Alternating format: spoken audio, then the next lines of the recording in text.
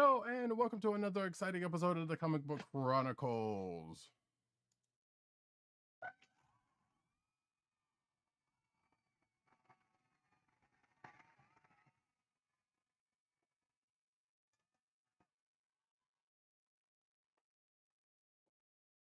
I am your host, Radicat, and you can find me at Radicat on Twitter. You can find me at News Nerds Need on Twitter, and you can find me at CBCaps on Instagram. Florida with Columbia down the way. And the sound effects you've heard come from none other than our man in Brooklyn, Agent_70 on Twitter and Instagram. What's up, everybody?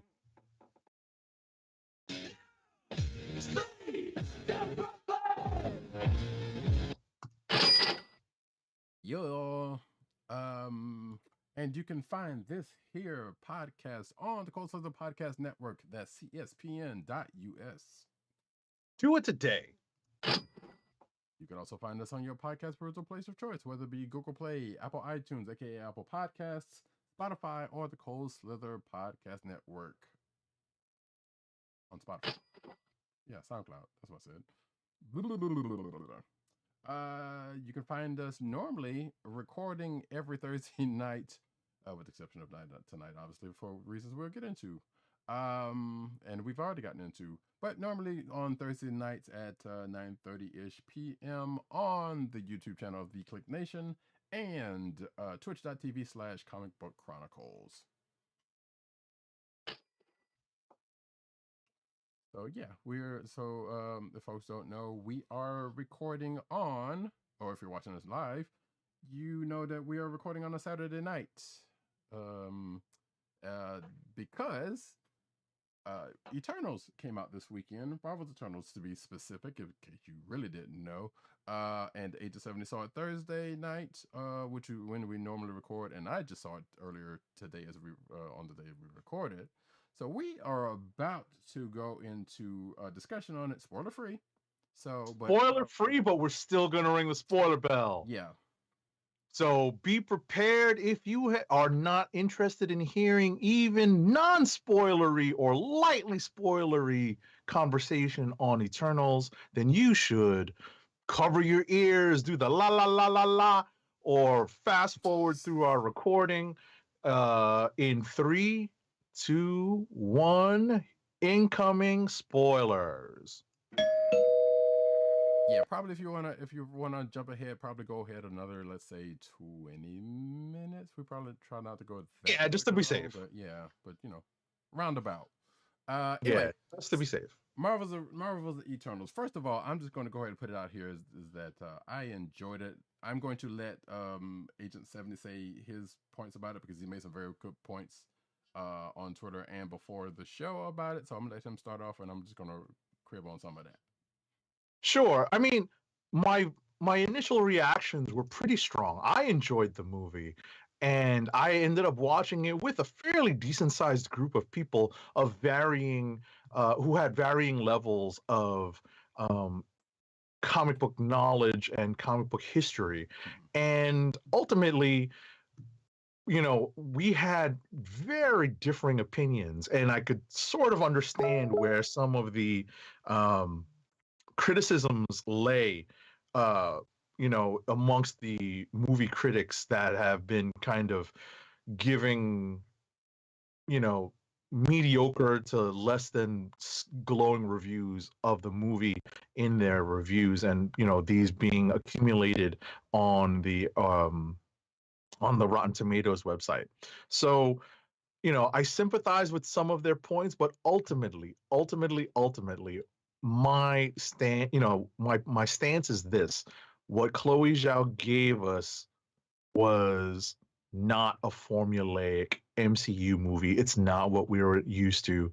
What we got was in my words, a movie, an actual movie that had twists, that had drama, that had actual quality cinematography, and left us thinking more so than any other MCU movie to date.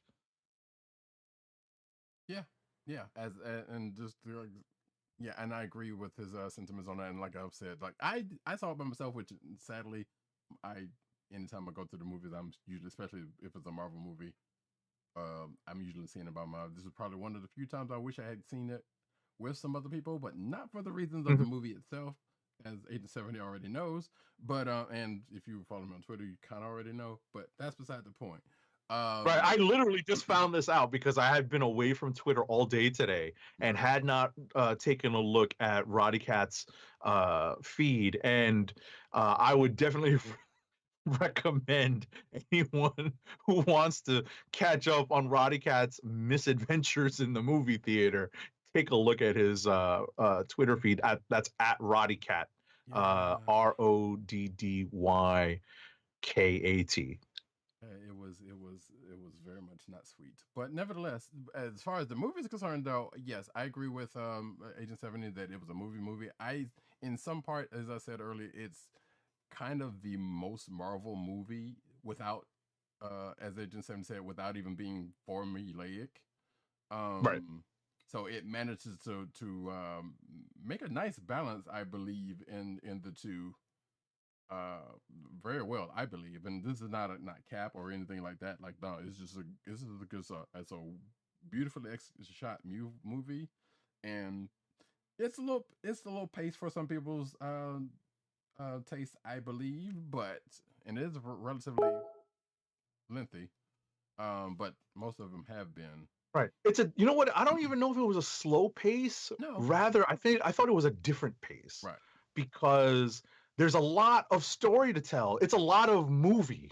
It's Right. definitely a lot of movie in our movie. Right. There's so much to do that, one of the criticisms I read was that it kind of gets bogged down in all of the characters, and I sort of understood that side of the criticism because there's 10 characters that they have to service throughout the entire movie that they're trying to give some backstory to, provide some context into why we're supposed to care Right. and how these characters interacted with each other and interact with each other now based on the context that we're being presented, right? So So that is told through, no, and just allow me go this, ahead. No, that go is ahead. told through a series of flashbacks, which in my opinion threw me a little bit. And when I read that particular criticism, I found myself not strongly agreeing but understanding that particular point of view. So, and here's my thing on that. I can understand that, but at the same time, like, we've slightly been spoiled on the fact that, well, most of the core group of Avengers in the original Avengers got individual movies, with the exception of Black Cat and Black Widows, who's came later. But those are known characters throughout. There's even non-comic book people probably know who a lot of those people were. In Or at this the very case, least Captain America, like they exactly, recognize Captain Captain America, America. Iron Man, at least those two, maybe possibly Thor. Who knows? Even knows, but still, regardless, those more people know about than this group of Eternals. That being said, they were not going to give these people, the Eternals, their own individual movies because of that. Right. Because usually they come in a group, and two, um, that needed to happen in this movie because of the fact that the Eternals, even to us who know who they are and have a little bit of history with them, or at least know of them to a certain point, probably needed that. So yeah, while the pacing is what it was, and while some people could say that yeah they spent too long on the backstory, but it was kind of necessary because people don't Mm, know who they were. it right. I can't say that they spent too much time. It's just that it required that much time. Right. Well, that's That when really fit. I'm yes, and I agree with that. Yeah, I don't think they spent too much time either because, like I said, I Right. think that was all necessary time. Right. Exactly. Um, I was sorry. I'm sorry to interrupt. Go ahead because I had something I wanted to add. Go ahead. No, go ahead. Go ahead. That was pretty much my main point on that. Right. I'm trying to think. I had another small criticism that I took issue with because but I'm having trouble of recalling exactly what it was. So I'm just going to keep talking about the movie. What I liked about the movie. Sure, go for it. Uh, what I liked about it was that there were definitely touches of the auteur in it. You could definitely see Chloe Zhao's hands and touch on this movie. Mhm. And you know, I don't think you've ever seen any Marvel movie shot the way this is shot, looking out. on vistas and um, scenery, the way this is shot. This is definitely its own, it's definitely unique in that regard. In the current crop of MCU movies, um, and here's the possibly sexist comment that I'm going to make, which is I definitely enjoyed some of the long, slow focus scenes that brought us kind of gazing upon Angelina Jolie and Gemma Chan repeatedly during the movie. I definitely appreciated that. Sure. Actually, That worked I for me, you know. on slightly on that point, it was actually good to see Angelina Jolie, one, in a Marvel movie, two, in the role that she was in, because obviously, if you don't know, she was playing Thena. Um, uh, I feel like, yeah, why not? That was a damn good role for her in that point. Now, that being said, there's not with some stuff we're not going to spoil. There was part of what they did with that character was kind of interesting. Actually, that was something I was going to mention to Agent 70 beforehand, but I'm not going to say it now. But I think he kind of knows where I'm going with that. With kind of what they did with that character. Right. They used that character to introduce a concept that was actually to comic book readers, not necessarily, Eternals scholars, but just to comic book readers of a certain vintage that came up in like the early 90s. There's a concept that relates to the Eternals that wasn't necessarily connected to Thena, but we saw introduced through her, and that was just a little bit different than what we might have been expecting. But at the same time, it's a concept that people in the real world know about in slightly a reverse manner, because it is a condition that a lot of people go through, and as a person who is dealing with a person who kind of has a similar condition in reverse to that, it's a Right, it has a real world analog. Exactly. It absolutely has a real world analog.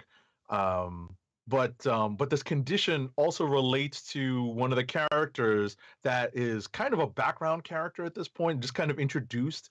And we're basically anticipating that this character is going to play a bigger role because this character shows up sporadically through the movie, but also has the majority of the scene, majority of the second post-credit scene, the second credit scene, that is. Sure. So that's another way we can see that this is being kind of where some of that comic book influence is being drawn upon, and where this character could possibly be going in the future. I'm trying to think of some other things that we talked about, because unfortunately